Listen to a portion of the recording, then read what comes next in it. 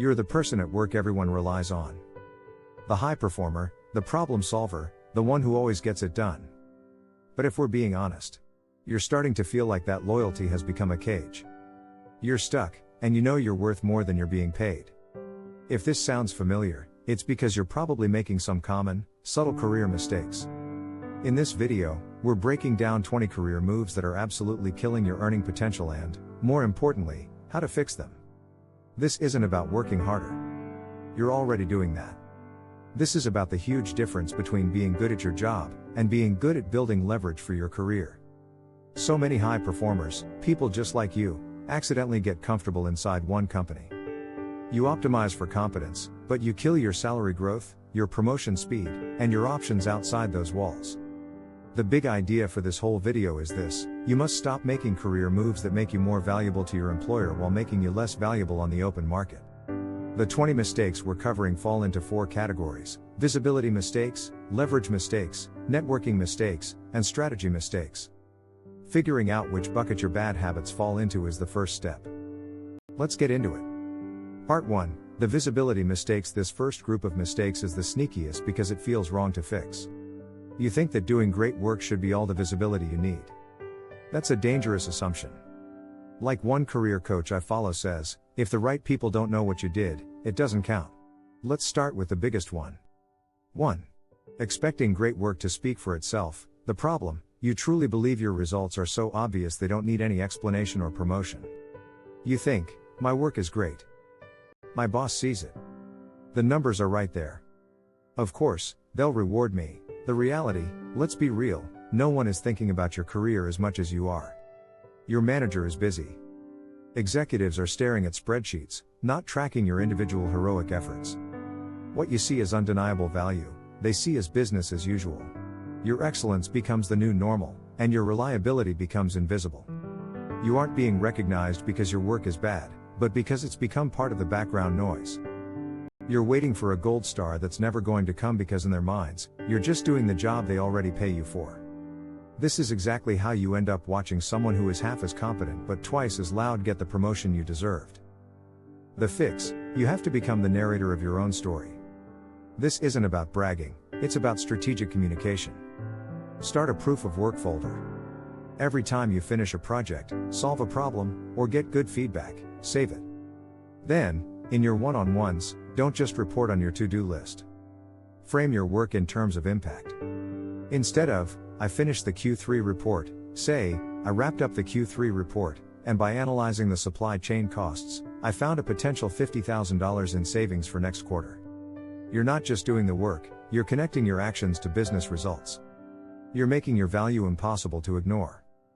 2. Failing to create visibility for your wins. The problem: this is the next level of mistake number 1. You might quietly tell your direct boss about a win, but you don't make it visible to anyone else. You finish a huge project, and when it's presented to leadership, someone else is taking credit, or worse, the project is presented with no names attached at all. The reality: when you fail to create visibility, you aren't just missing a pat on the back. You're actively draining your own political capital. Promotions and cool projects don't go to the person who did the work in a cave, they go to the person seen as a leader. By staying quiet, you're training the company to see you as a reliable foot soldier, not a general. You become the person who is great at executing someone else's vision, but never the person who gets to create it. This is the fast track to becoming indispensable in your current role, which is the kiss of death for a promotion. They can't afford to move you. The fix: learn to manage up and out. Find professional ways to share your team's successes. Send a short project wrap-up email to the key players, CCing your boss, and make sure to give credit to the team. In a cross-functional meeting, don't be afraid to say, on our side, we were able to boost efficiency by 15% by rolling out a new process. Even better, offer to present the results yourself. This puts your face and your voice right in front of decision makers, cementing the win as yours. Advocating for your work isn't bragging, it's owning your worth. 3. Chasing hard work instead of business impact. The problem: you're addicted to being busy. You measure your worth by the number of tasks you cross off your list and how exhausted you feel at the end of the day. You're the first one in, last one out, and you take on every little task because you think hard work is a virtue. The reality: let me be blunt, your company does not pay you for your effort. It pays you for your impact. While you're buried in low value, high effort tasks, your colleagues are focused on the one or two projects that leadership actually cares about. You're polishing the brass on the Titanic while they're steering the lifeboats. If your hard work isn't aligned with what your leadership values, it's pretty much worthless for your career. You'll get a thanks for all your hard work, but someone else will get the bonus and the promotion. The fix: you have to ruthlessly prioritize for impact. At the start of every quarter, you should know the answer to this question: what are the top 3 priorities for my boss and this company? Then, look at your to-do list and ask, how much of my time is actually pushing those things forward? If it's less than 50%, your strategy is broken. Learn to say no, or not right now, to low-impact requests. Go to your manager and say, I want to make sure my efforts are aligned with our biggest goals. I see X and Y as the most critical projects, and I want to dedicate more of my time there. This shifts you from a reactive doer to a strategic partner. 4. Hoarding ideas and not building cross-functional relationships. The problem: you think your brilliant ideas are your secret weapon. You perfect them in isolation, afraid someone might steal them or shoot them down too early. You keep your head down and rarely talk to people outside your department. The reality: in today's world, value is created where different departments and skills meet. By hoarding your ideas, you're choking them. An idea that hasn't been pressure tested by other viewpoints is a weak idea. Plus, if you don't have relationships across the company, you have no way to get your ideas funded, approved, or implemented. You could have the best idea in the world, but if you don't know anyone in legal, finance, or marketing, it'll die on your hard drive. You'll get a reputation as someone with lots of opinions but no ability to make things happen. The fix: treat your ideas like a startup that needs seed money. Your investors are your colleagues in other departments. Schedule 30-minute coffee chats. Don't go in with a hard pitch. Go in with curiosity. Ask them what they're working on and what their biggest challenges are. Then, when an idea clicks, you can say, hey, I was thinking about that problem you mentioned. You're no longer just pitching an idea, you're co-creating a solution. This not only makes your ideas stronger, but it builds a team of supporters before you even walk into the big meeting. 5. Saying yes to every request. The problem: you just can't stop being helpful. You think saying no makes you seem like you're not a team player. So you've become the office fixer, the go-to person for every random question and every urgent but not important task no one else wants. The reality: every yes to a low-value task is a silent no to a high-value opportunity. While you're busy helping someone format a PowerPoint, you're not working on the strategic project that gets you noticed by a VP. Being the fixer feels important, but it's a trap. It keeps you busy with maintenance work, not advancement work. You become overused and underdeveloped. Your calendar becomes a graveyard of other people's priorities, leaving no time for your own career. You're so busy being helpful that you've forgotten to be strategic. The fix: learn to say no strategically. This doesn't mean being a jerk. It means redirecting. When someone asks for something, pause and ask yourself, is this the absolute best use of my time right now? If the answer is no, try one of these: the deferral, I can't get to this today, but I can look at it next week. Does that work? The delegation, I'm not the best person for this, but I know Jane on the marketing team is an expert. You should reach out to her. The empowerment, I can't do it for you, but I can show you how. Here's a link to the resource I use. This protects your time while still being helpful and positioning you as a leader who empowers others, not a doormat who does their work for them. Part 2, the leverage mistakes. This next set of mistakes is about power. Specifically, your power in the job market. High performers often think their value is set by their current company. They forget their true earning potential is decided by the open market. Weak market leverage always means weak pay. 6. Not using outside offers or the market as leverage. The problem: you're terrified of looking for another job while you're employed. It feels disloyal. You think the only time to get an outside offer is when you're 100% ready to leave. You'd never dream of using an offer to negotiate with your current boss. The reality: let's get one thing straight, if nobody else is willing to pay you more, your current employer has zero financial reason to. Your company's HR department isn't trying to figure out what's fair, they're trying to figure out the absolute minimum they can pay you to keep you from walking out the door. By never testing the market, you are willingly helping them underpay you. It's like trying to sell your house without checking what the other houses on your street sold for. You're negotiating from a position of total weakness. The fix: start thinking of interviewing not as betrayal, but as market research. You should aim to interview with another company at least once a year, even if you're happy. Why? First, it keeps your interview skills sharp. Second, it gives you a real-time, unbiased look at your market value. Third, it builds your network. And fourth, you might actually get an offer. If you get an offer that's way higher, you now have powerful data. You can take the new job, or you can go to your manager and say, "I love it here, but I've received an offer that's shown me there's a big gap between my pay and my market value. I want to stay, but we need to work together to close that gap." This is no longer about feelings, it's a business discussion backed by data. 7. Ignoring compensation gaps because you're grateful. The problem: you got a decent raise last year, or you just really like your boss and your team. You feel grateful to have a stable job, so you avoid the awkward topic of money. You hear whispers that new hires are making more than you, but you brush it off and tell yourself, "I'm just grateful to be here." The reality: gratitude doesn't pay your mortgage. Gratitude doesn't fund your retirement. And gratitude doesn't compound every year, but your salary does. Every year you're underpaid isn't just a loss for that year, it's a loss that snowballs over your entire career. A 10% salary gap today could mean hundreds of thousands of dollars in lost earnings and investment returns over the next 20 years. Your company is counting on your gratitude to keep you quiet and cheap. It's one of their most effective retention tools. Being grateful for your job and being paid what you're worth are not mutually exclusive. The fix: stop thinking of your salary as a reward and start thinking of it as a business transaction. You provide a service, and you deserve the current market rate for that service. Your job is to know the rate. Use sites like levels.fyi, Glassdoor, and Payscale. Talk to recruiters. Talk to peers in your industry. Your goal is to replace the feeling of gratitude with the certainty of data. When you go into your next review, be armed with a clear, well-researched number. Don't make it emotional. Make it a business case, based on my performance, my expanded responsibilities, and market data for this type of role. I'm targeting a new compensation of X. 8. Staying in a role because it feels safe. The problem: you know the job inside and out.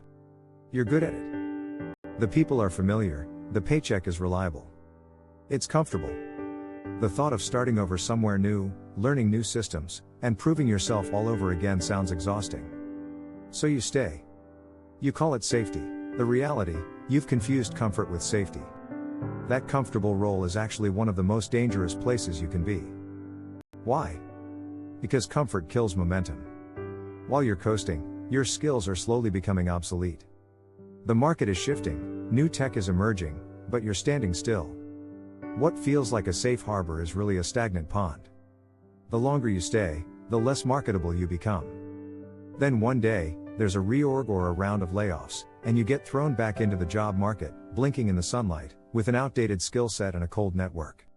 That is the definition of unsafe. The fix: you have to intentionally inject discomfort into your career. You need to be constantly learning and stretching. Actively look for projects that force you to learn a new skill.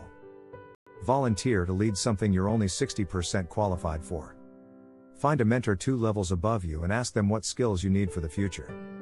Your growth curve should always be steeper than your comfort curve. If you haven't felt a little in over your head in the last 6 months, you are not growing. You're stagnating. And stagnation is the enemy of earning potential. 9. Outgrowing your role but not updating your strategy. The problem: you've been a high performer for years, and your responsibilities have quietly grown. You're now doing the work of someone at least 1 level above you, but your title and pay haven't caught up. You just keep doing the bigger job, hoping someone will notice and make it official. The reality: this is a classic high performer trap. Your competence has become your curse. The company is getting senior level work out of you for a mid-level price. Why would they ever want to change that? They won't. You've taught them you'll do the work without the title or the pay. You're waiting for a promotion you've already earned, but you don't realize that the strategy that got you here, doing great work, won't get you there getting rewarded for it. You've outgrown the role, but you're still using the old playbook. The fix: you have to force a re-evaluation of your role. Start by documenting the job creep.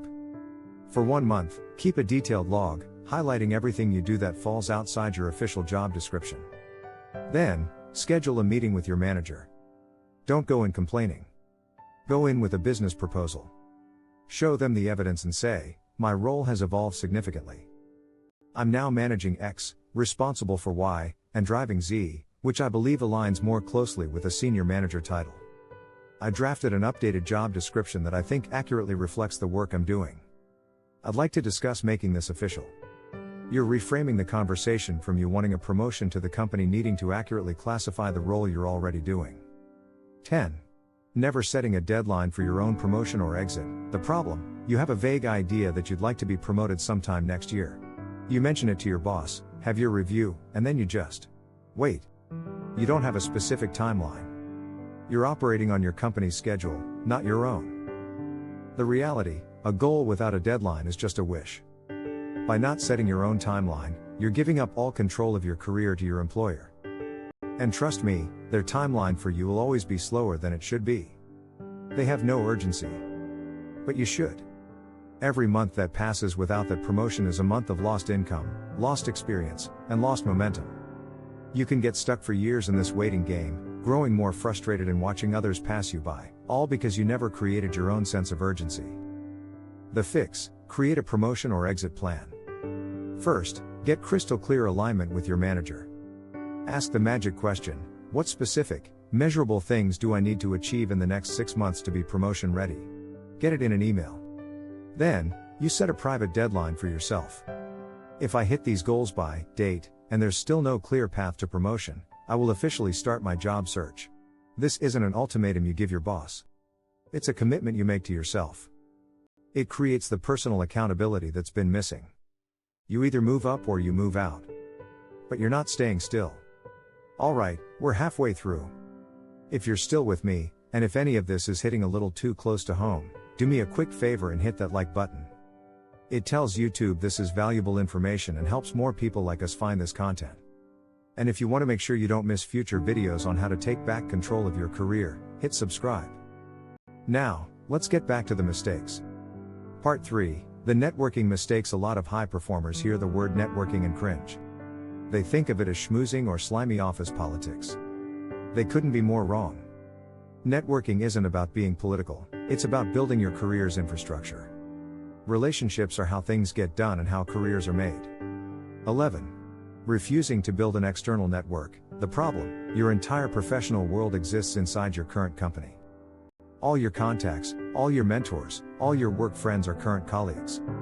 You tell yourself you're too busy for industry events or coffee chats with people from other companies. The reality: you've built your whole career on a single pillar. If that pillar crumbles, because of a layoff, a bad boss, or the company going under, your entire professional life comes crashing down. You'll have no one to call for advice, no warm intros to other companies, and no clue what's happening in your industry. You'll be starting your job search from absolute zero, and starting from zero when you're panicked is how you end up taking a bad job just to pay the bills. An internal-only network is a single point of failure. The fix: diversify your relationship portfolio. Here's a simple rule: for every hour you spend in internal meetings, dedicate 15 minutes to external outreach. It doesn't have to be a formal event. Reconnect with 3 former colleagues this week. Send a LinkedIn message to someone whose career you admire and say, "I've been following your work and I'm really impressed. I'd love to buy you a virtual coffee for 15 minutes to hear more about your journey." The goal is to build relationships before you need them. Your network is your safety net, and you have to weave it one thread at a time. 12. Treating networking like a transaction, not a relationship. The problem: the only time you network is when you need something. You only reach out when you're looking for a job or asking for an intro. Your attempts feel awkward and transactional because they are. The reality: people can smell desperation a mile away. When you only show up with your hand out, you get a reputation as a taker, not a partner. You aren't building a network, you're just using people. This approach rarely works and burns bridges you didn't even know you were building. People help people they know, like, and trust. By treating networking as a transaction, you skip the know, like, and trust part and go straight to the ask, which is why you get ghosted. The fix: flip the script. Approach networking with a give-first mentality. Your goal in any interaction should be to provide value, not to extract it. Before you ask for anything, ask yourself, how can I help this person? Can you share a good article? Congratulate them on a win? Introduce them to someone who could help them? The best networkers are the best listeners. They ask great questions and are genuinely curious. Make deposits in your relationship bank accounts long before you ever need to make a withdrawal. 13. Staying in a toxic or growth-stunting environment too long. The problem: the culture is toxic. Your boss is a micromanager. There's no room for growth. You complain about it every night, but you stay. You tell yourself, better the devil you know, or I'll just wait for my bonus. The reality: blind loyalty to a toxic environment isn't a strategy, it's a form of self-harm. Every day you stay, you normalize dysfunction. That toxicity seeps into your mindset, eats away at your confidence, and drains your energy. The lack of growth makes your skills stagnate. You get so used to the bad behavior that you forget what a healthy workplace even looks like. This makes it harder and harder to leave because your confidence is so shot, you start to believe you don't deserve better. You stay because your weak external network hasn't shown you there are better options out there. The fix: acknowledge the truth. This isn't a rough patch, it's a broken environment that's actively hurting your career and your mental health. Your number one job is now to get out. This is where your network becomes crucial. Quietly start activating it. Refresh your LinkedIn. Turn on the Open to Work feature for recruiters only. Reach out to trusted contacts and let them know you're starting to explore. The simple act of taking small steps to leave will start to restore your sense of power. 14. Job hopping too fast without a coherent narrative. The problem: on the flip side, you jump to a new job every 12 to 18 months. You get bored easily, or you're always chasing a slightly higher salary. Your resume looks like a random collection of short-term gigs. The reality: while staying too long is a mistake, leaving too often without a good reason is a major red flag for employers. It can make you look unreliable, unfocused, or like someone who can't commit. It also stops you from seeing projects through to completion and gaining deep expertise. If you can't tell a compelling story that connects the dots between your jobs, hiring managers will fill in the blanks with their own negative story. The fix: you have to be the author of your career story. You can't just list jobs, you have to build a narrative. The key is to frame your moves not as hopping, but as deliberate steps to gain specific skills. For example, instead of, "I left company A because I was bored," you say, "At company A, I built deep expertise in B2C marketing. I then deliberately moved to company B, a B2B startup, to gain experience on the enterprise side and round out my skill set." See the difference? One is a wanderer, the other is a strategic learner. 15. Over-optimizing your resume instead of your relationships. The problem: you spend hours agonizing over the font on your resume. You tweak your bullet points a dozen times.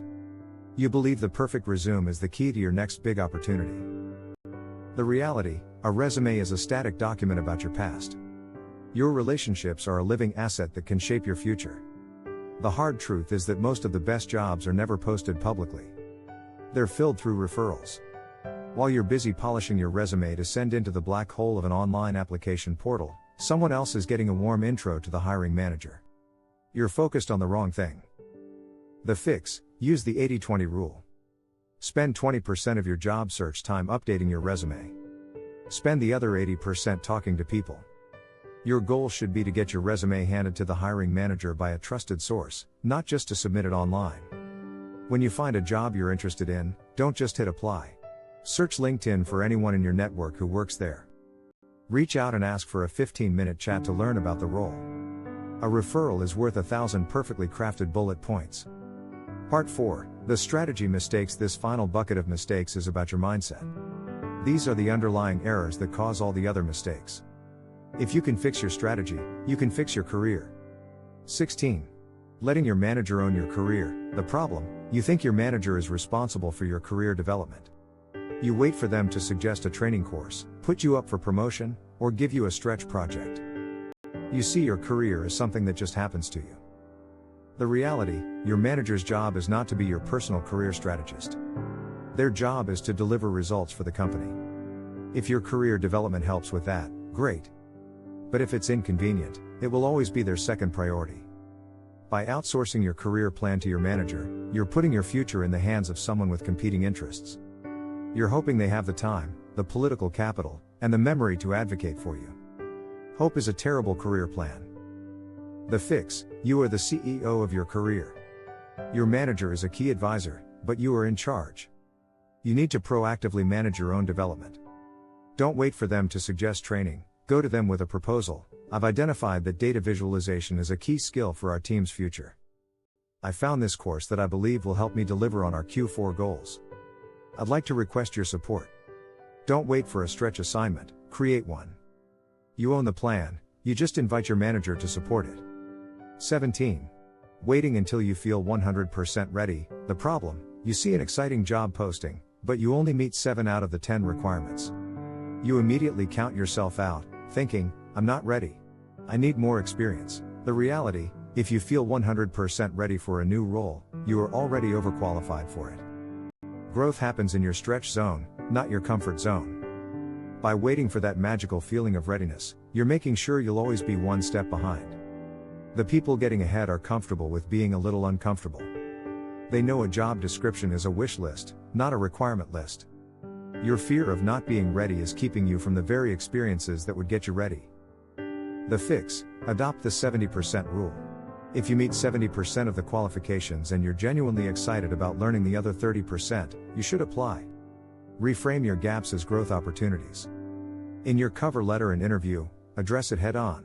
While I haven't used X software, my experience quickly mastering Y and Z shows I can get up to speed fast and deliver results. Confidence is a skill built by taking action even when you're uncertain. 18. Becoming the reliable fixer for everyone else. The problem: this is the advanced version of saying yes to everything. You're so competent that you're now the person who gets parachuted into any crisis. A project is failing? Put the fixer on it. A key employee quit? Have the fixer cover their job. You're the hero who's always saving the day. The reality, being the fixer feels important. It's an adrenaline rush. But it's a career dead end. The problem with being a fixer is that you're always cleaning up other people's messes instead of building your own legacy. You're always in maintenance mode, not advancement mode. You become so good at fixing problems that the company can't afford to let you do anything else. The reward for being a great firefighter is getting to fight fires for the rest of your career. The fix: you have to consciously shift from being a fixer to being a builder. Fixers are reactive, builders are proactive. Instead of just solving the immediate problem, your job is now to build the systems that prevent the problem from happening again. Document your fix. Train someone else to handle it. Then, present your manager with a proposal for a new, proactive project you want to lead. Show them your value isn't just in plugging leaks, but in designing a better ship. 19. Confusing title chasing with skill building. The problem: you're obsessed with titles. You think the only way up is to get senior manager or director next to your name. You'd take a job at a worse company for a fancier title. The reality: a title is just a label. It's an empty box. What matters is what's inside the box: your skills, your experiences, and your market value. A fancy title without the skills to back it up is like a car with a great paint job and no engine. It might look good on LinkedIn, but it won't get you anywhere. In fact, a title you haven't earned can kill your career by putting you in a position to fail. The fix: chase skills, not titles. Before you consider any new role, ask yourself, what new skills will I learn? What new experiences will I gain? Will this job make me more marketable in 3 years? Your goal should be to build a portfolio of high-demand skills. If you focus on building real value, the right titles and the right pay will follow. But if you only chase titles, you'll end up with a great-looking resume and a skill set that's a mile wide and an inch deep. 20. Failing to ask for what you want. The problem: this is the final and maybe the most important mistake. You assume your hard work and quiet competence will be magically recognized and rewarded. You wait for your boss to read your mind and give you the raise or promotion you want. You never just ask for it. The reality: in the corporate world, silence is seen as satisfaction. If you don't ask, the answer is always no. By failing to clearly state your goals, you are leaving your career to pure chance. You are hoping your boss will just happen to give you what you want. That is a losing strategy. The people who get what they want are the people who are not afraid to ask for it. Your silence is costing you money, opportunity, and time. The fix: you have to be your own best advocate. No one else will do it for you.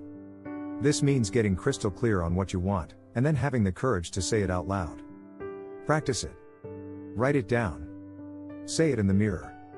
I am ready for the next level, and I want to be considered for the open director role. My goal this year is to take on a project with P&L responsibility. Based on my contributions and the market rate, I am requesting a salary adjustment to X. It will feel uncomfortable at first. Your voice might even shake.